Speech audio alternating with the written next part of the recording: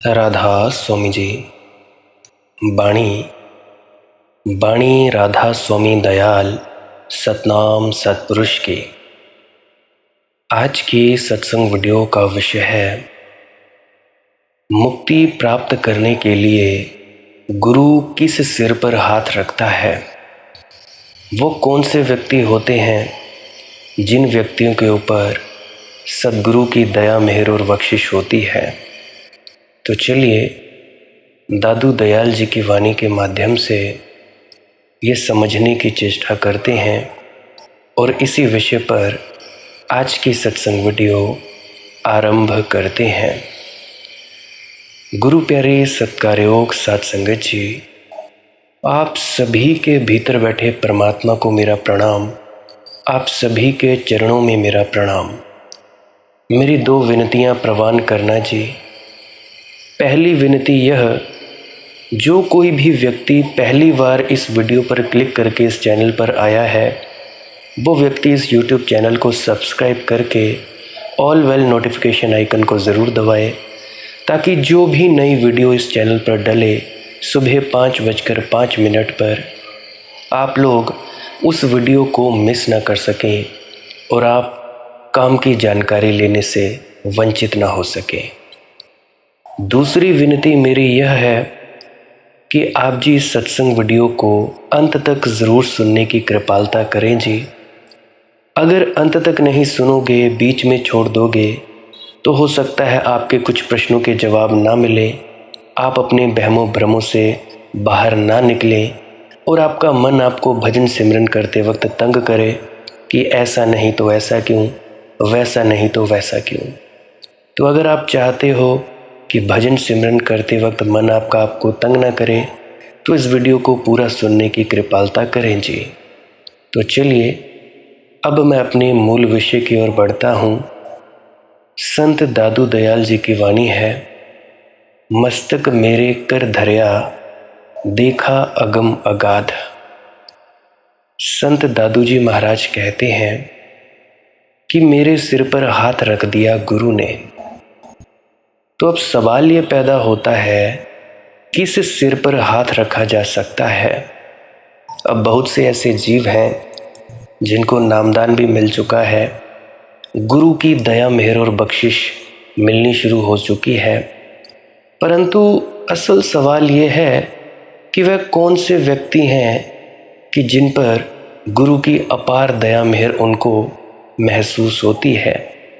नामदान तो ले लिया, दीक्षा ले ली, गुरु के पास बैठे, गुरु ने हम पर दृष्टि डाली, हमारे भीतर अपनी ऊर्जा का प्रवाह किया, जिस ऊर्जा की मदद से हम अपनी अंतर यात्रा कर सकते हैं। परंतु फिर भी बहुत ही वो चुनिंदा लोग होते हैं जो गुरु की दया मेहर और बख्शिश को अपने अंदर पचा पाते हैं और उस दया मेहर और बख्शिश को लेकर अपनी आध्यात्मिक यात्रा की ओर अग्रसर हो पाते हैं। क्योंकि कई लोगों ने नामदान लिया, पहला साल हुआ नामदान लिए, दूजा हुआ, तीजा हुआ, चौथा, पांचवा, करते करते करते 30-40 साल बीत गए। फिर भी ऐसा महसूस होता है कि पता नहीं गुरु ने हमें कुछ दिया भी है कि नहीं दिया है। 1-1.5 साल तो महसूस होता था, परंतु अब हमें महसूस ही नहीं होता है। तो इसका कारण क्या है? इसका कारण ये नहीं है कि गुरु की दया मेहर और बख्शिश, दया भरा हाथ आपके सिर पर नहीं है, परंतु दया मेहर और बख्शिश केवल वही हासिल कर सकता है जिसका सिर झुका हो। गुरु का हाथ तभी रखा जा सकता है, अन्यथा हाथ रखा नहीं जा सकता। सिर्फ झुके सिर पर हाथ रखा जा सकता है। सिर्फ झुका सिर ही गुरु के हाथ से मिल सकता है। अगर गुरु ने सर पर हाथ ही रख दिया, अगर तुम झुके नहीं, तब भी गुरु का हाथ तुम्हारे सिर से नहीं मिलेगा। इसलिए तुम सब लोग रोते चिल्लाते रहते हो कि हमारी तरक्की नहीं हो रही, हमें कुछ महसूस नहीं होता, हमें कुछ पता नहीं लगता। तो उसका कारण ही इतना है कि आप लोग झुके नहीं हो। अपने अपने अहंकार में भरे पड़े हो। अभी मैं बहुत से तथाकथित जो व्यक्ति कहते कहाते हैं कि हम लोग बड़े आध्यात्मिक हैं, हम लोग अपने गुरु के बड़े प्यारे हैं, गुरु के साथ हमारा बड़ा प्रेम प्यार है, मैं उन लोगों को भी पाखंड करते हुए देखता हूँ। पाखंडी इतने कि गुरु घर जाएंगे, बड़े प्रेम से बात करेंगे, परंतु जब संसार में रहने की बात होगी तो माँ बहन की गालियाँ, गाली गलौच और उनका व्यवहार अच्छा नहीं होगा।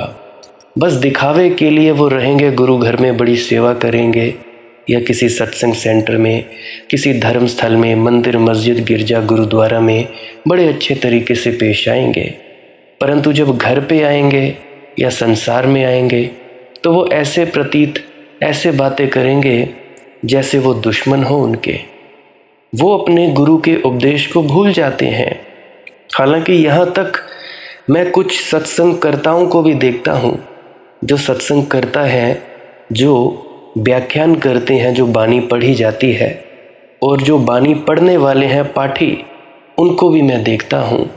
हालांकि मेरे जो बड़े फुफड़ जी हैं वो खुद पाठी हैं, बानी पढ़ते हैं, अलग अलग सत्संग सेंटरों में जाते हैं, फिर भी इन जैसे व्यक्तियों में मैं ये चीज़ देखता हूँ। मैं तुम लोगों पर उंगली नहीं उठा रहा हूँ, तुम लोग जो कर रहे हो वो करो।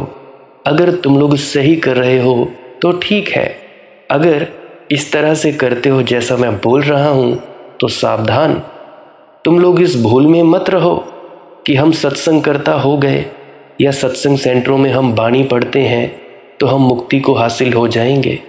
बड़े भ्रम में हो, बड़ी भूल में हो कि बाबा जी महाराज हमारी संभाल करेंगे।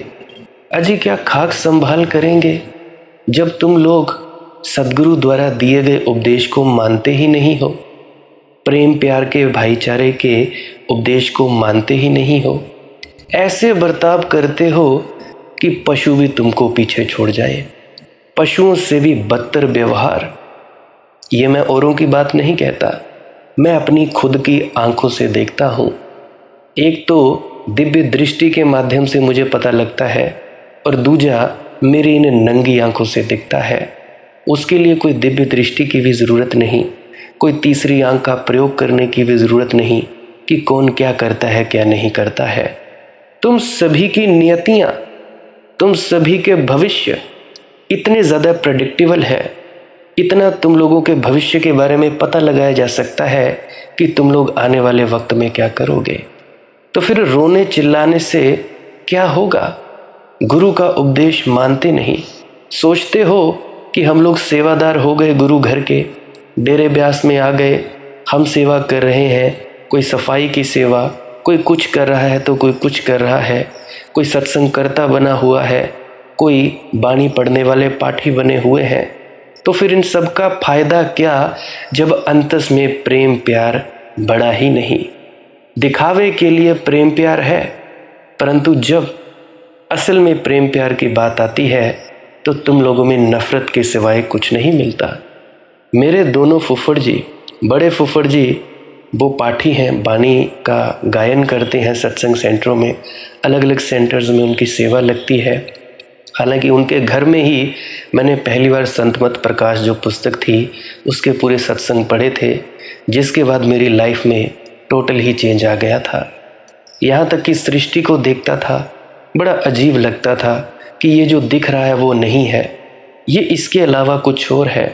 पशु को देखता, पक्षी को देखता, पेड़ को देखता, पौधे को देखता, कीड़े को देखता तो देखता ही रह जाता।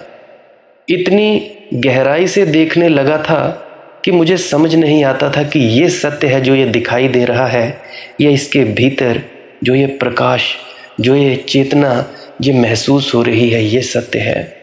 हालांकि उनके घर से मेरी शुरुआत हुई खोज की, परंतु फिर भी आज वे व्यक्ति अपने पूरे मार्ग से भटक चुके हैं। कहने को तो वे कहते हैं कि मैं संतमत को फॉलो करता हूँ, मैं संतों के मार्ग के ऊपर चलता हूँ, परंतु जब उनकी निजी ज़िंदगी के ऊपर देखा जाता है, निजी ज़िंदगी कैसे जीते हैं, तब पता लगता है कि बिल्कुल झूठ। मेरे जो छोटे फुफड़ जी हैं वे भी सेवा में जाते हैं अलग अलग सेंटरों में, हालांकि आजकल तो डेरा ब्यास में जाते हैं, फिर भी जब मैं घर पे उनका बर्ताव देखता हूँ तो मैं बिल्कुल पाता हूँ कि भाई असर कुछ नहीं हुआ। पल्ला झाड़ कर ही आ गए, गुरु घर में गए, सेवा की, सभी को बड़े प्रेम से बुलाए। तो घर में क्या तकलीफ होती है भाई? घर में क्या ही तकलीफ है कि भाई प्रेम प्यार से बुलाओ। घर में तुम सेवा कर रहे हो, क्या ही तुमको तकलीफ होती है कि घर के लोगों को तुम इज्जत मान सम्मान ना दो। सब क्या वहाँ पे ही छोड़ आते हो? फिर अगर कोई गुरु के हमारे को उंगली उठाता है, गालियाँ निकालता है, तो भाई उसका जिम्मेवार कौन? गुरु या तुम लोग? ये जो तुम लोगों ने पाखंड मचा रखा है। पहले तो मैं पाखंड बोलता था कि भाई पंडित पादरी ये जितने भी हैं, अब तो तुम लोग भी पाखंडी हो गए हो। और मेरी बात सुनकर बहुतों को बुरी लग रही होगी कि भाई ये क्या कह रहा है। भाई बात यही है, सच्ची है। तुम लोग अपने आसपास जरा देखो तो सही, अपने आसपास नज़र मारो तो सही, आस पड़ोस में देखो तो सही। जो लोग खुद को सत्संगी कहा करते हैं वो किस औकात में है, कितने पानी में है। हालांकि गुरु का एक ही उपदेश है, प्रेम प्यार और दया। प्रेम प्यार दया मन धारो, दया तुम में नहीं, प्रेम प्यार तुम लोगों में नहीं, तो फिर क्या फ़ायदा तुम लोगों का? बाहर बाहर से ही पाखंड। गुरु घर में जाए बड़े प्यार से, राधा स्वामी जी ये कर लो जी, पानी पी लो जी, ऐसा कर लो जी, और घर पे आगे माँ बहन की गालियाँ। किस टाइप के तुम लोग सत्संगी हो? बड़ा दुख होता है देखकर कि तुम लोगों की वजह से गुरु पर उंगली उठती है। और फिर जब गुरु पर उंगली उठती है, गुरु को गालियां निकाली जाती है, तो तुम लोग लड़ने झगड़ने को तैयार हो जाते हैं। ये नहीं कि गुरु के उपदेश पर चला जाए, ये नहीं कि गुरु का हाथ जो हमारे सर पर रखा है उस हाथ से हम उसकी आशीष ले पाए, इसका तुम लोगों को ख्याल नहीं होता। फिर कहते हैं कि जी हुआ क्यों नहीं, ये क्यों नहीं हुआ, वो क्यों नहीं हुआ। अजी 35-40 साल हो गए तुम लोगों को नाम लिए, फिर भी अब तक शर्म नहीं आई तुम लोगों को? बेशर्मों की भांति खुद को कहलाते हो सत्संगी और कर्म करते हो ऐसे ऐसे। कौन कहता है तुम लोगों को गुरु के शिष्य? नहीं होगा। गुरु का सर जो है वो ऊंचा होना चाहिए तुम लोगों की वजह से, कि नहीं भाई हमारे बच्चे जो हैं बड़े प्रेम प्यार का उपदेश फैला रहे हैं। मैं नहीं कहता कि तुम लोग सेवा भावना नहीं करते, 70 से 80% लोग बढ़िया हैं, सेवा भावना की पूरी तरह से कद्र करते हैं, बढ़िया सेवा करते हैं, परंतु घर में आकर वो भी मिट जाता है। फिर ये क्या ढोंग पाखंड सत्संग सेंटरों और डेरों में ही रखते हो तुम लोग? घर पे क्या तुम लोगों का फर्ज नहीं बनता? संसार में तुम लोग दूसरों को तुच्छ समझते हो, अपने से नीचा समझते हो कि अजी हम तो डेरे में जाते हैं, हम तो सत्संग सुनते हैं, हमने तो नामदान लिया है, तो सामने वाला हमसे निकृष्ट है। ये कहाँ सा उपदेश हुआ भैया? जब गुरु घर की वाणी है, एक नूर ते सब जग उपजा, कौन भले को मंदे, तब क्या तुम लोगों को शर्म नहीं आती? बोलते हुए भी मुझे अजीब लग रहा है। देखता हूँ हृदय द्रवित हो उठता है तुम लोगों की हरकतें देखकर। बुरा लगता है तो लगने दो, मुझे पता है तुम लोगों को बुरा लग रहा है। अब जिसको बुरा लग रहा है ये उसको पता होगा कि वो क्या काम करता है या क्या काम करती है, लगने दो। और जिसको बुरा नहीं लग रहा है उसका साफ साफ सीधा ही इतना मतलब है कि वो व्यक्ति ठीक ठाक अपने गुरु के उपदेश द्वारा जो गुरु कहता है उस पर चल रहा है। अरे भाई तुम लोग भजन सिमरन करते हो तो तुम्हारा दिखना भी तो चाहिए संसार में, तुम्हारा आचरण दिखना भी तो चाहिए। अगर तुम लोग भीतर से नहीं बदले तो बाहर के ये ढोंग पाखंड करने का क्या फ़ायदा भैया? कोई फ़ायदा नहीं। सिर्फ झुका सिर ही गुरु के हाथ से मिल सकता है, याद रखना। अब जैसे नदी की धार नीचे की तरफ बहती है, गहरी से गहरी खाई की तरफ बहती है और अंततः सागर में गिर जाती है, क्योंकि सागर सबसे बड़ी खाई है। पैसिफिक महासागर 5 मील गहरा खड्डा है, तो सारे जगत का पानी बहा जा रहा है सागरों की तरफ। हमारे जो कंट्रीज़ हैं, एशियन कंट्रीज़, पूर्व ने एक पूरा विज्ञान खोजा है शिष्य झुके ताकि गुरु दे सके। अगर शिष्य झुकना नहीं जानता तो गुरु तैयार भी हो देने को तो भी देने का कोई उपाय नहीं। अब मेरे पास कई बार लोग आते हैं, फ़ोन कॉल पर कहते हैं कि जी दया मेहर कर दो, बख्शिश कर दो, ये कर दो जी, वो कर दो। अब मैं कैसे कहूँ इन सभी को कि तुम लोग झुको तो सही। मुंह ही हिलाते रहोगे या अंतर से भी झुकोगे? हर रोज़ जब भी तुम लोग सत्संग सुनते हो तुम्हारे पास दया मेहर और बख्शिश पहुंच जाती है। अब उसे ले कौन? कौन ले, कौन ध्यान में उतरे? तुम लोगों का सर झुकता नहीं, दया मेहर की कमी नहीं है। बाबा जी महाराज एक सत्संग में एक व्यक्ति का जवाब देते हुए क्वेश्चन आंसर्स में कहते हैं कि भाई मैंने कोई टूटी थोड़े ना बंद कर दी है दया मेहर की, दया मेहर तो चालू ही है। तुम लोग लेने को तैयार नहीं तो उनका क्या फ़ायदा, उनका देने का भी क्या फ़ायदा। देते चले जा रहे हैं, देते चले जा रहे हैं तो जलधार नीचे की तरफ जा रही है। गुरु से शिष्य की तरफ एक जीवंत धार बहती है। अगर तुम ठीक समझो तो वही स्वर्ग की गंगा है। गुरु की तरफ से एक प्रसाद बहता है, बरसेगा भी, लेकिन उसके लिए तुम्हें झुके हुए होना ज़रूरी है, तभी तुम उसे झेल पाओगे। ढोंग पाखंड नहीं करना कि हम झुक गए, हाथ जोड़ दिए राधा स्वामी जी और तुम झुके नहीं, अन्यथा गुरु प्रसाद बरसेगा भी और तुम खाली के खाली रह जाओगे। अगर तुम पहले से ही भरे हुए हो तो तुम खाली के खाली रह जाओगे, अगर तुम खाली हो तो भर जाओगे। इसीलिए तो धर्म पहेलियों जैसा लगता है। पहेलियां हैं लेकिन सीधी साफ हैं। जरा सी भी समझ हो तो अड़चन नहीं है। नदी बह रही है, तुम प्यासे खड़े हो, झुको, अंजलि बनाओ हाथ की तो तुम्हारी प्यास बुझ सकती है। गिलास ही ले आओ, गड़बी में ही भर लो, लेकिन तुम अकड़े ही खड़े रहो। जैसे तुम्हारी रीढ़ को लकवा मार गया हो तो नदी बहती रहेगी तुम्हारे पास और तुम प्यासे खड़े रहोगे। हाथ भर की ही दूरी थी, जरा से झुकते कि सब पा लेते, लेकिन उतने झुकने को तुम राजी ना हुए और नदी के पास छलांग मारकर तुम्हारी अंजलि में आ जाने का कोई उपाय नहीं है। और आ भी जाए, अगर अंजलि बंधी ना हो तो भी आने से कोई सार ना होगा। कहते हैं कि जी दया मेहर, अरे भाई सभी के इर्द गिर्द वो दया मेहर घूम ही रही है। लो तो झुको भी, भजन सिमरन भी करते हो, अहंकार में भरकर करते हो, झुकते भी हो तो झुकने का अहंकार तुम में आ गया है। अरे सच से झुको, सच में झुको। तुम्हारा शरीर झुक जाता है, अहंकार का किला तुम्हारी गर्दन में फंसा हुआ है, ये नहीं टूटता, नहीं टूटता। जो सरवार है अपना वही चले हमारे साथ, कबीरदास जी की वाणी।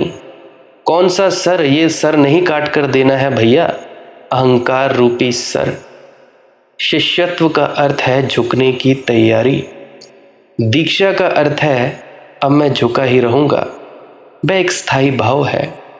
ऐसा नहीं कि तुम कभी झुके और कभी नहीं झुके। शिष्यत्व का अर्थ है अब मैं झुका ही रहूंगा, अब तुम्हारी मर्जी, जब चाहो बरसना, तुम मुझे गैर झुका ना पाओगे। वाणी है दादू जी की, मस्तक मेरे कर धरया देखा अगम अगाध। और जब झुका हुआ सिर हो शिष्य का तो बड़ी क्रांतिकारी घटना संभव हो जाती है। देखो, मनुष्य के शरीर में 7 चक्र हैं। ये जो शरीर तुम्हें दिखाई पड़ता है स्थूल शरीर, साधारणतः तुम पहले ही चक्र से परिचित हो पाते हो, क्योंकि प्रकृति उसी चक्र के साथ अपना सारा काम चलाती है। वह है मूलाधार चक्र, काम वासना का चक्र, जहाँ से काम वासना उठती है, जहाँ से जीवन का प्रवाह चलता रहता है। लेकिन वह सबसे नीचा चक्र है। उस चक्र में जीने का अर्थ है जैसे कोई आदमी महल में होते हुए बस महल के बाहर ही घर बना ले। बाहर का जो घर है, महल का बाहर का हिस्सा है और सुंदर है, मेरे मन में कोई निंदा नहीं है किसी बात की। बाहर के हिस्से में भी कुछ बुरा नहीं, बड़ा सुंदर है, उसकी ज़रूरत है। बाहर से आए तो बाहर के जो दरवाज़ा है उससे गुजरना ही पड़ेगा, भीतर से गए तो भाई उससे गुजरना पड़ेगा।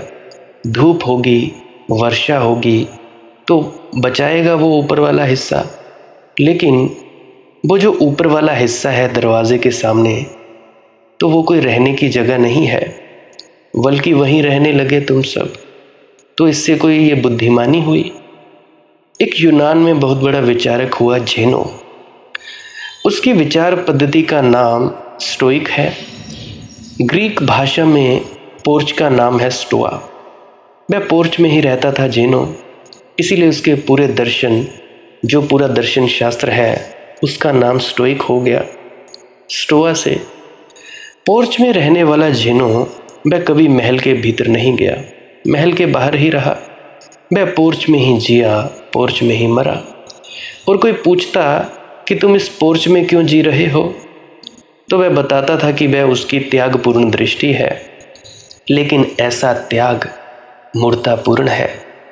ऐसा ही त्याग तुम लोग भी कर रहे हो कि तुम काम वासना में ही जी रहे हो।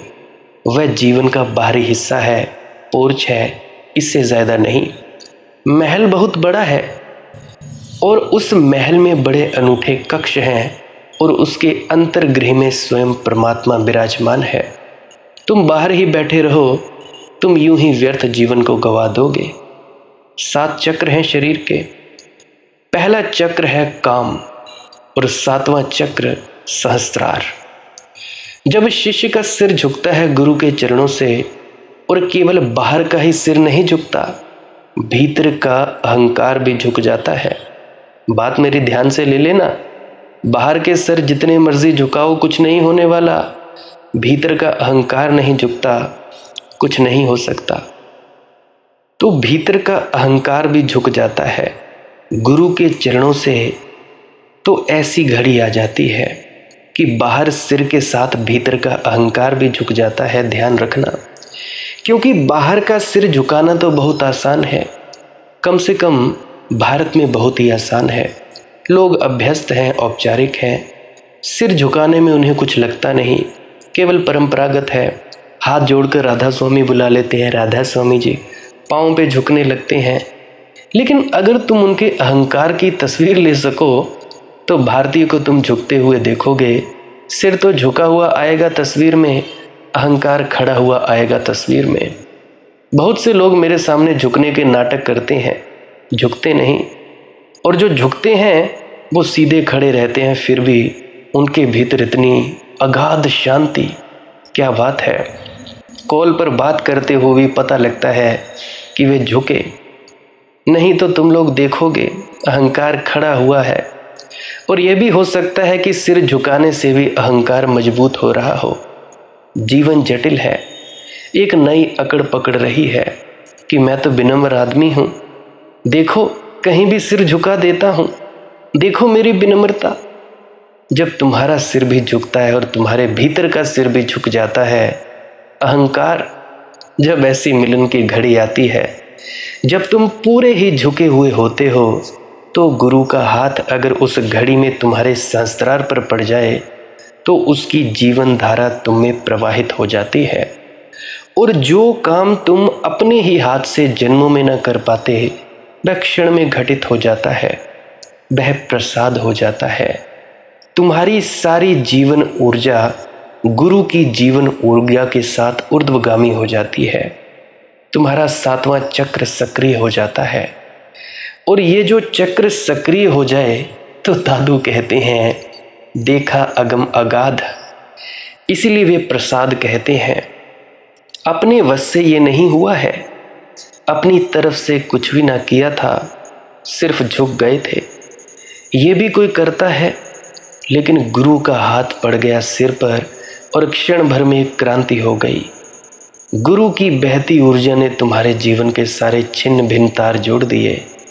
खंडित वीणा अखंड हो गई, तो कल तक टूटी धार थी संयुक्त हो गई। कल तक क्षण भर पहले तक जिस भीतर के मंदिर का तुम्हें कोई पता न था, उसका कलश दिखाई पड़ने लगा। इस जीवन को अगर तुमने काम वासना से देखा है तो यह संसार है। इसी जीवन को अगर तुमने सहस्त्रार से, समाधि से देखा है तो यही अगम अगाध है। संसार यही है, कुछ बदलता नहीं। तुम्हारी दृष्टि तुम्हारे खड़े होने की जगह बदल जाती है, और जिस दिन तुम समाधि के केंद्र से संसार को देखते हो, संसार बचता ही नहीं, परमात्मा ही परमात्मा दिखाई पड़ता है। हर फूल पत्ते में वही, हर कंकड़ पत्थर में वही, आकाश चांद तारों में वही। लोगों में झांको और तुम उसी को पाते हो। हवा के झोंकों में स्पर्श करो, उसी का स्पर्श होता है। आंख बंद करो, वही दिखाई पड़ता है। आंख खोलो, वही दिखाई पड़ता है। लेकिन ये जीवन ऊर्जा जब समाधि के द्वार से देखती है तब। गैब माही गुरुदेव मिल्या, पाया हम प्रसाद। मस्तक मेरे कर धरया, देखा अगम अगाध। दादू सतगुरु यूं सहजा मिला, लिया कंठ लगाई। दाया भली दयाल की, तब दीपक दिया जगाई। एक एक शब्द को समझने की कोशिश करना, क्योंकि संत दादू जी जैसे लोग एक भी व्यर्थ उपयोग नहीं करते शब्द को। बोलना उनका रस नहीं है। एक एक शब्द किसी भीतर के गहरे विज्ञान की तरफ इशारा करता है। सतगुरु यूं सहजा मिला। सदगुरु से मिलने का एक ही उपाय है कि तुम सहज हो रहो। जितने तुम असहज हो जाओगे, जितने जटिल हो जाओगे, जितने कठिन हो जाओगे, उतना मिलन मुश्किल हो जाएगा। सदगुरु से तो तुम ऐसे मिलो जैसे तुम एक छोटे बच्चे हो। पांडित्य को घर रखाओ, जहाँ जूते उतारते हो वहीं अपनी सारी खोपड़ी भी उतार दो। स्नान करके जाओ, शरीर का धूल धवांस ही नहीं झाड़ दो, भीतर के विचार भी कहीं छोड़ाओ। गुरु के पास तो ऐसे जाओ जैसे तुम एक छोटे बच्चे हो, जिसको कुछ भी पता नहीं, जिसके होने में कहीं भी कोई आड़ा तिरछापन नहीं है, जो सीधा सरल है, प्राकृतिक है। अब मेरे पास लोग आते हैं, अपने ज्ञान विचार की बातें कहते हैं कि जी इतना पता है, मुझे इतना नहीं पता। तो मैं साफ कह देता हूँ कि भाई अज्ञानी रहो, मेरे साथ बात करनी है अज्ञानी होकर बात करो, क्योंकि मैं इतना ज्ञानी नहीं कि तुम ज्ञानियों को मैं समझा पाऊँ। मेरी बात सरल है, स्पष्ट है, सीधी सादी है, 3-4 लाइनों में ख़त्म हो जाती है। अगर तुम अपना ज्ञान लेकर आओगे तो मैं तुम्हारे ज्ञान को संतुष्ट नहीं कर पाऊँगा, क्योंकि जितना तुम लोगों ने जानकारियाँ इकट्ठी कर ली हैं, शायद ही मेरे पास उतनी जानकारियाँ होंगी। बहुत ही कम जानकारियाँ हैं मेरे पास। मेरे पास अभ्यास की जानकारियाँ हैं, मोबाइल की, कंप्यूटर की, विंडोज़ की, असेंबली की, जो भी इसमें लैंग्वेजेस हैं उसकी जानकारी है। उसके अलावा बाकी मैंने कुछ ज़्यादा इतना पढ़ा नहीं, सीखा नहीं। सत्संग सुने हैं, कुछ किताबें पढ़ी हैं चंद, तो उनकी थोड़ी बहुत जानकारियां हैं जिसका हवाला देकर आपको बता दिया करता हूं। अब एक सबसे बड़ी उलझन की बात है, क्योंकि सारी सभ्यता, समाज, संस्कृति तुम्हें जटिल बना रही है। समाज तुमसे कहता है भीतर तुम कुछ हो जाओ, बाहर कुछ और बताओ। भीतर क्रोध है, कोई फ़र्क नहीं, संभाले रहो, बाहर मुस्कुराओ। आदमी को देखकर तुम्हें लगता है कि कहाँ से इस दुष्ट के दर्शन हो गए, मगर कहो उससे कि आपसे मिलने के बाद मुझे बड़ी प्रसन्नता हुई, बड़ा आनंद हुआ, बड़े दिनों में दर्शन हुए। कहो यही। मेहमान घर आता है, तबीयत होती है कि फांसी लगा लो, मगर स्वागत में पलक पामड़े बिछा दो। सारी जीवन व्यवस्था झूठ, जटिलता, पाखंड पर खड़ी है। किसी को सरल होने का उपाय नहीं। लेकिन गुरु से ऐसे मिलन ना होगा। गुरु के पास अगर तुम ये सब समझदारियां लेकर गए तो तुम पास पहुंच ही ना पाओगे। चाहे जफ्फियां डालो गुरु से, पाँव पड़ो, निकट पहुंच पाओगे, पास ना पहुंच पाओगे। शरीर के पास हो जाओगे, गुरु के पास ना हो पाओगे। गुरु के पास होने का तो एक ही उपाय है, सहजता। अगर तुम दूर हो गुरु से तो उसका केवल एक ही कारण होगा कि तुम असहज हो। सहज हो जाओ, तत्क्षण तुम पास हो। हजारों मीलों का फासला हो भला, अगर तुम सहज हो, गुरु के पास हो और तुम गुरु के बिल्कुल पास बैठे हो, शरीर से शरीर लगाकर बैठे हो, लेकिन असहज हो तो हजारों मील का फासला है। यहाँ मैंने ऑस्ट्रेलिया, कनाडा, इंग्लैंड बैठे हुए लोगों को गुरु के पास पाया है, परंतु डेरा ब्यास में ही बैठे सेवादारों को, व्यक्तियों को, और हिमाचल, पंजाब और इंडिया में बैठे हुए व्यक्तियों को उतना ही दूर पाता हूँ। कैसे? झुके ही नहीं। शरीर झुका, अहंकार का किला तो मजबूत हुआ। सदगुरु यूं सहजे मिल्या, कंठ लगाई। अगर तुम सहज हो तो गुरु तुम्हें कंठ लगा लेगा। कंठ शब्द सोचने जैसा है, क्योंकि ये सब अलग अलग चक्रों के नाम है। कंठ चक्र पर 5वां चक्र है, और जिसका कंठ का चक्र जाग गया हो उसका गद्य भी पद्य हो जाता है। उसके बोलने में एक माधुर्य आ जाता है, उसके शब्दों में एक शून्य, उसके मौन में भी बड़ी मुखरता होती है, और उसकी मुखरता में मौन की छाया होती है। जिसके कंठ का 5वां चक्र सजीव हो गया होता है उसका। जब ऊर्जा ऊपर की तरफ जाती है तो एक एक चक्र को पार करती है। पहला चक्र काम चक्र है, दूसरा चक्र नाभि के नीचे है।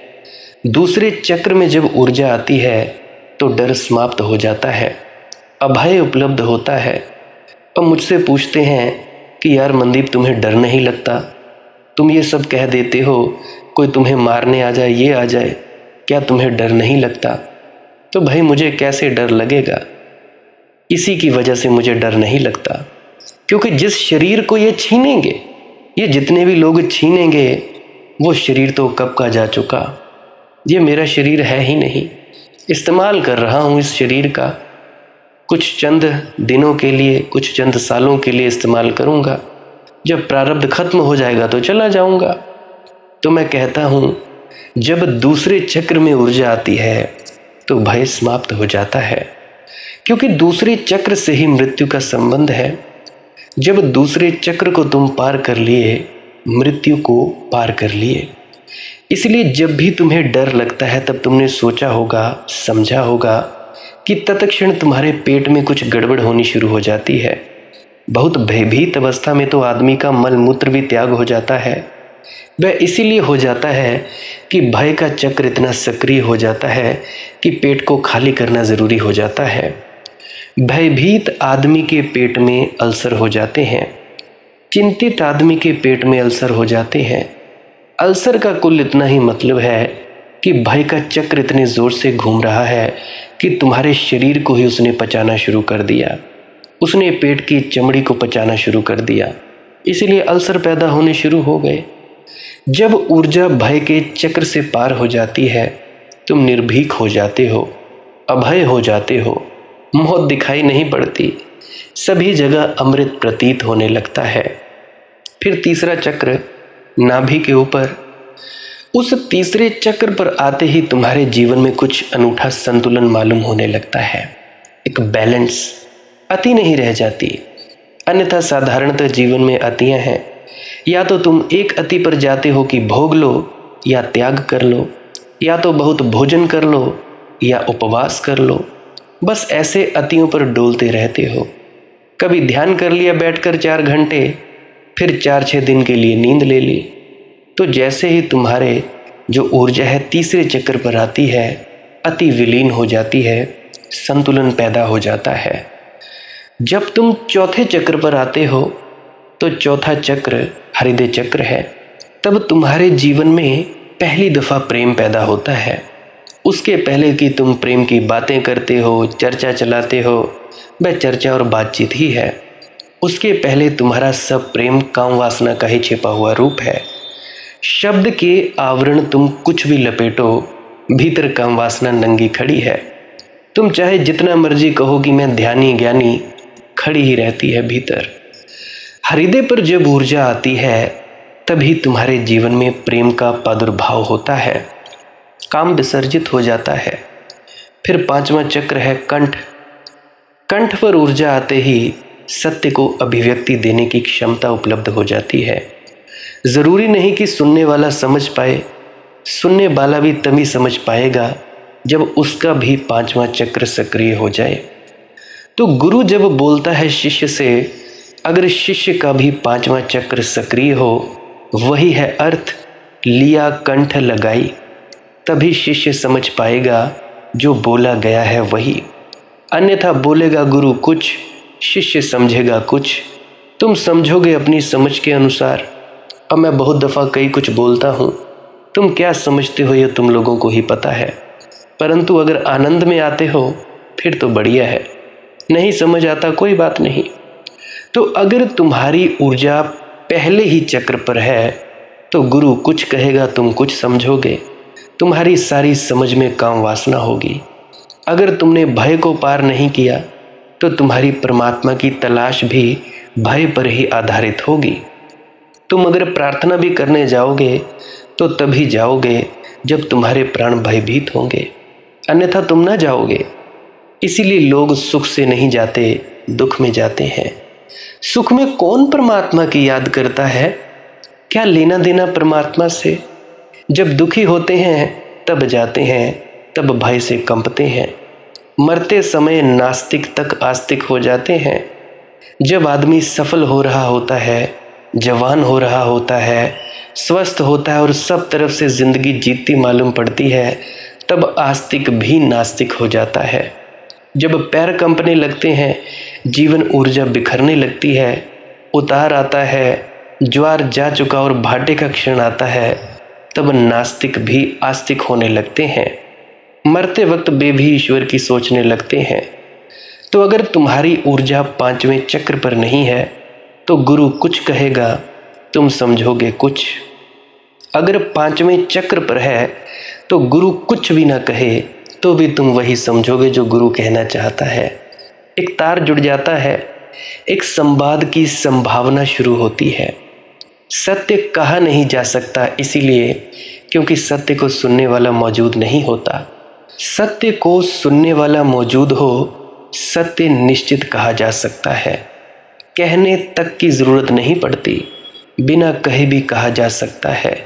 गुरु चुप बैठा रहे और शिष्य चुप बैठा रहे तो दोनों के कंठों में एक लेन देन शुरू हो जाता है।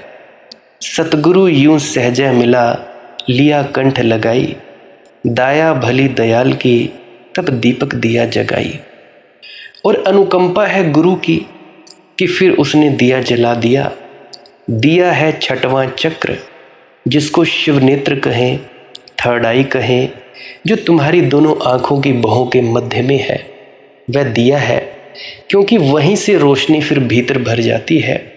गुरु समझाता है, गुरु जताता है, बताता है, इशारे करता है ताकि तुम्हारी जीवन ऊर्जा पांचवें से छठवें की तरफ यात्रा कर ले। अगर तुम सुनने को राजी हो, अगर तुम तत्पर हो, तल्लीन हो, तो जल्दी ही ऊर्जा दिया बन जाएगी। जिसका भी तीसरा नेत्र खुल गया उसके भीतर प्रकाश ही प्रकाश हो जाता है, और जिसके भीतर प्रकाश है उसके बाहर भी अंधकार नहीं रहता। वह जहाँ भी जाता है अपने ही प्रकाश में चलता है। उसके लिए इस संसार में फिर कहीं कोई अंधकार नहीं है।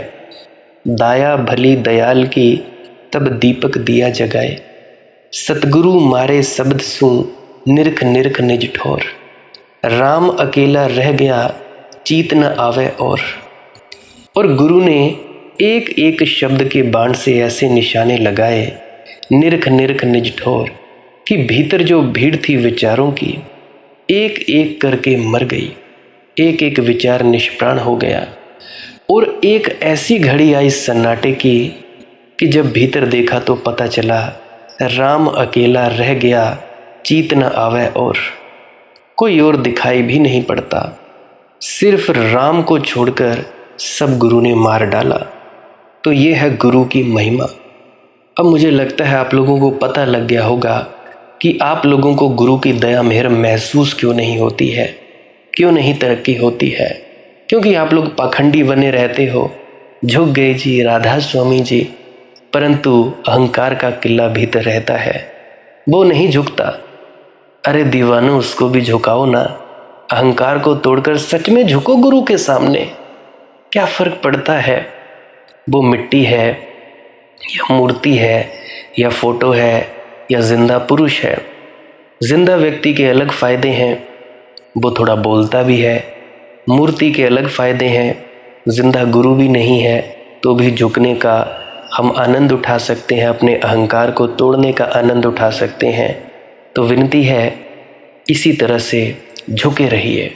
अगर मेरे किसी मित्र या परिजन का कोई प्रश्न हो तो आप जी कमेंट सेक्शन में पूछ सकते हैं।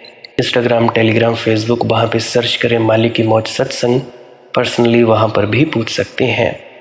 और आप जी को विनती है कि एक बार समझ नहीं आए तो बार बार सुन लिया करें और पुरानी वीडियोस भी अवश्य सुन लिया करें। क्या पता आपका किसी पुरानी वीडियो में प्रश्न का जवाब मिल जाए और आप जी भजन सिमरन में अग्रसर हो पाए। बाकी शेयर करना हो तो कर दीजिए, नहीं तो कोई बात नहीं। सभी से प्रेम प्यार से रहें, प्रेम प्यार और भाईचारे से रहें। पाखंड में ना रहें, सच में बने। झूठ संगी ना बने, सत्य संगी बने, सच संगी। तो सच के साथ संग करना है तो यहाँ से ही शुरुआत करनी पड़ेगी, नहीं तो डूबोगे मरोगे, क्या हो जाएगा। बाकी भजन सिमरन करते रहें, ध्यान में डूबते रहें, श्वास क्रिया करते रहें और उसके बाद कुछ ना करने में ध्यान में डूबते रहें, धुन सुनने के लिए बैठते रहें। भजन सिमरन क्या है? भजन और सिमरन दो अंग हैं। सिमरन है कुछ शब्दों का जाप करना जो आपको आपके सद्गुरु द्वारा बताए जाते हैं। कोई भी जाप हो सकता है, कोई भी शब्द हो सकते हैं। करना क्या है? किसी कमरे में बैठ जाइए, या रात को बैठ सकते हैं, सुबह बैठ सकते हैं, या जब भी आपको फुर्सत के लम्हे मिले बैठ सकते हैं। तो जब बैठें तो शरीर को बिना हिलाए डुलाए बैठना है। जो बैठ नहीं सकता तो वो लेट जाए, जो चौकड़ी नहीं मार सकता वो टांगे सीधी कर ले। कोशिश ये रहनी चाहिए कि ज़्यादा से ज़्यादा वक्त शरीर को बिना हिलाए डुलाए बैठा जाए। उसके बाद अपने शब्दों का जाप शुरू कर दें। आंख बंद रखें, आंखों पर ज़्यादा जोर नहीं लगाना है, कोई कष्ट नहीं देना है, नहीं तो सर में दर्द होगा और फिर आप लोगों को परेशानी हो सकती है। तो आपने क्या करना है? चुपचाप शांत होकर बैठे रहना है, शब्दों का जाप शुरू कर देना है। जितनी देर भी आप करना चाहो, आधा घंटा, पौना घंटा, 10 मिनट, 15 मिनट, या जितनी भी आपको आपके सद्गुरु द्वारा दिया गया निर्देश है, जितना निर्देश है उसका पालन कीजिए। और उसके बाद दूसरा स्टेप करना बड़ा ही ज़्यादा ज़रूरी है। वो क्या है? वो उसी अवस्था में बैठे रहें या आसन भी बदल सकते हैं। ये जो शब्दों का जाप होता है ये एकाग्रता के लिए होता है, ताकि मन की एकाग्रता आ जाए। और जब मन की एकाग्रता आ जाए फिर दूसरा कदम क्या है? धुन सुनने के लिए बैठना। चुपचाप बैठे रहें, आंख बंद है, शब्दों का जाप बंद कर देना है। और अगर कोई भी आपके गुरु महाराज है, उनको आप स्मरण कर रहे थे, याद कर रहे थे, आंखों के सामने शक्ल ला रहे थे, तो उसको लाना बंद कर दीजिए। शब्द धुन सुन रही है तो सुनते रहिए। आंख बंद करके अंधेरे में ही टिके रहें। टिके रहना है और ये इच्छा नहीं करनी है कि कुछ दिखे, कहीं पहुंचा जाए, परमात्मा को पाना है, ये करना है, वो करना है। याद रखें, ना कुछ समझना है, ना कुछ देखना है। ऐसे ही अज्ञानी होकर इसी अंधेरे में पड़े रहें। इसी अंधेरे में पड़े रहना है बस। उसके बाद जो होगा सो होगा। और अगर कोई अनुभव हो भी गया तो इससे ये नहीं कि अगली बार फिर से कामना करनी है कि ये वैसे ही हो। कामना ही सबसे बड़ी अड़चन है, इच्छा ही सबसे बड़ी अड़चन है, किसी चीज़ की तृष्णा करना ही सबसे बड़ी अड़चन है, मांग ही वासना है। अगर परमात्मा चाहिए तो कुछ नहीं मांगना है, चुपचाप बस बैठो, अपने आराम में बैठो, अपने विश्राम में बैठो। धीरे धीरे धीरे वो होगा जो होना चाहिए। अगर मैं ज़्यादा बोलूँगा तो आप लोग फिर से उसकी कल्पना कर लोगे कि जी ऐसा होता है, खंड ब्रह्मांड ऐसे होते हैं, चांद तारे दिखेंगे, फलाना ढिकाना। तो मैं ऐसा नहीं कहूँगा। मैं बस इतना कहूँगा, जो कुछ दिखता है, कुछ भी दिख जाए, वो मन है, वो माया है। जो नहीं दिखता वही आत्मा है, वही आत्मा में होना है। अब जैसा कि तुम लोग इसी अंधेरे में टिके रहोगे, तो कुछ दिनों के बाद या महीनों के बाद एक प्रकाश आएगा। वो प्रकाश पूरे शरीर में फैलता जाएगा और धीरे धीरे तुम इस प्रकाश के सहारे अपने आप में स्थित होगे। अब देखो, इस प्रकाश को देखने वाले भी तुम हो और इस शब्द धुन को सुनने वाले भी तुम हो। अब जो ये शब्द धुन को सुनता है और प्रकाश को देखता है, ये तुम हो। तो अपने आप में स्थित होना है, अपने आप को जानना ही सच्चा आत्मज्ञान है। खुद को जानना, खुद को जान लिया मालिक को फिर जान जाओगे। तो इतनी सी प्रक्रिया है। और आगे आप श्वास क्रिया भी कर सकते हो। ये मुझे बताई गई थी विजय शर्मा जी द्वारा। वो एक उच्च कोटि के संत हैं, तो उन्होंने मुझे बताई और मेरा फ़र्ज़ बनता है कि आप सभी को बताऊं। वैसे तो मैं रोज़ रोज़ बताता हूं, फिर भी आज फिर से बता रहा हूं। श्वास क्रिया क्या है? नाक से सांस लेना है, मुंह से छोड़ना है। लंबा सांस लेना है नाक से और मुंह से छोड़ देना है। 15 मिनट करें, 20 मिनट करें, आधा पौना घंटा, जितनी देर भी आप कर सकते हो करें। करने के बाद करना कुछ नहीं है, चुपचाप आंख बंद करके बैठ जाना है। लेट सकते हो तो लेट सकते हैं, वो आपकी अपनी इच्छा है। नींद आ जाए तो सो जाना है, कोई शरीर को कष्ट नहीं देना है। अगर सर घूमे घूमने देना है, अगर आपका शरीर कांपे तो कांपने देना है। उसकी आपने दिक्कत, परेशानी और चिंता नहीं लेनी है, ये सब होता ही है। और मरने से डर लगे तब भी नहीं डरना है, ये होता ही है। क्या कहा मैंने? 15 से 20 मिनट कर सकते हैं, उसके बाद चुपचाप बैठें और अपने भीतर अपने आप उतर जाओगे। ठीक है जी। प्रेग्नेंट लेडीज़ बिल्कुल ना करें, जिनको दिल की बीमारी है या गोलियां वगैरह खाते हैं वो भी बिल्कुल ना करें, और बाकी सब कर सकते हैं। जिनको नींद नहीं आती वो अवश्य करें, और जिनको थोड़ा डिप्रेशन रहता है वो भी अवश्य करें, और जिनके बच्चे थोड़े पढ़ाई में कमज़ोर हैं वो भी ज़रूर करें। बाकी आपकी मौज है, करना हो करिए, नहीं तो आपकी अपनी अपनी इच्छा है।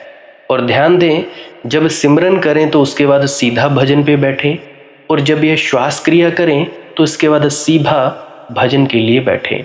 अलग अलग प्रक्रियाएं हैं, एकाग्रता के लिए है श्वास क्रिया और एकाग्रता के लिए ही है भजन सिमरन। सिमरन भी एकाग्रता के लिए और श्वास क्रिया भी एकाग्रता के लिए। ठीक है, मिक्स नहीं करना है, अलग अलग करिए। अगर श्वास क्रिया करी तो उसके बाद सीधा धुन सुनने पर बैठें। अगर सिमरन के शब्दों का जाप किया उसके बाद फिर से धुन सुनने पर बैठें। बाकी आपकी अपनी मौज है, जो आपको रुचे वो कर सकते हो। अगर धुन सुनने लगे तो धुन सुनने पर ही डायरेक्ट बैठा जाए, परंतु श्वास क्रिया मत छोड़ना, क्योंकि श्वास क्रिया करने से शारीरिक, मानसिक और आध्यात्मिक लाभ मिलता है। तो बाकी आप कीजिए, आपकी मौज है। और कोई प्रश्न है तो कमेंट सेक्शन में पूछ सकते हैं, या इंस्टाग्राम, टेलीग्राम, फेसबुक पे सर्च करें मालिक की मौज सत्संग, तो वहाँ पे पूछ सकते हैं। प्रश्न पूछने से पहले एक विनती, आप लोग पुरानी सत्संग वीडियोस को अवश्य सुनिए। क्या पता आपके प्रश्नों के जवाब मिल जाए और आप अपने भीतर ध्यान में उतर जाएं। बाकी आपकी अपनी मौज है। लाइक कर सकते हैं इस वीडियो को अगर आपको कुछ सीखने को मिला है, और कमेंट सेक्शन में राधा स्वामी ज़रूर लिखें। सब्सक्राइब कर सकते हैं इस चैनल को अगर रोज़ रोज़ नए नए सत्संग सुनना चाहते हैं। और बाकी आप सत्संग लगा के छोड़ दीजिए, और बस छोड़ दीजिए। सुनते सुनते आप ध्यान में प्रवेश करेंगे या तो आप जी सो जाएंगे, तो आपकी मौज है। बाकी आप लोग अगर शेयर करना चाहो अपने मित्रों तक तो कर सकते हैं, नहीं तो मालिक की मौज है, कोई चक्कर नहीं है। आप मुझे इतने अंत तक सुनते हो, इतने अंत तक सुनने के लिए आपका बहुत बहुत शुक्रिया, बहुत बहुत धन्यवाद। और मुबारक हो आप लोगों ने जो आनंद प्राप्त किया। अब मैं अपने गुरु महाराज को प्रणाम करता हूँ, आप सभी के भीतर बैठे परमात्मा को भी प्रणाम करता हूँ। मेरा प्रणाम स्वीकार करें। राधा स्वामी जी।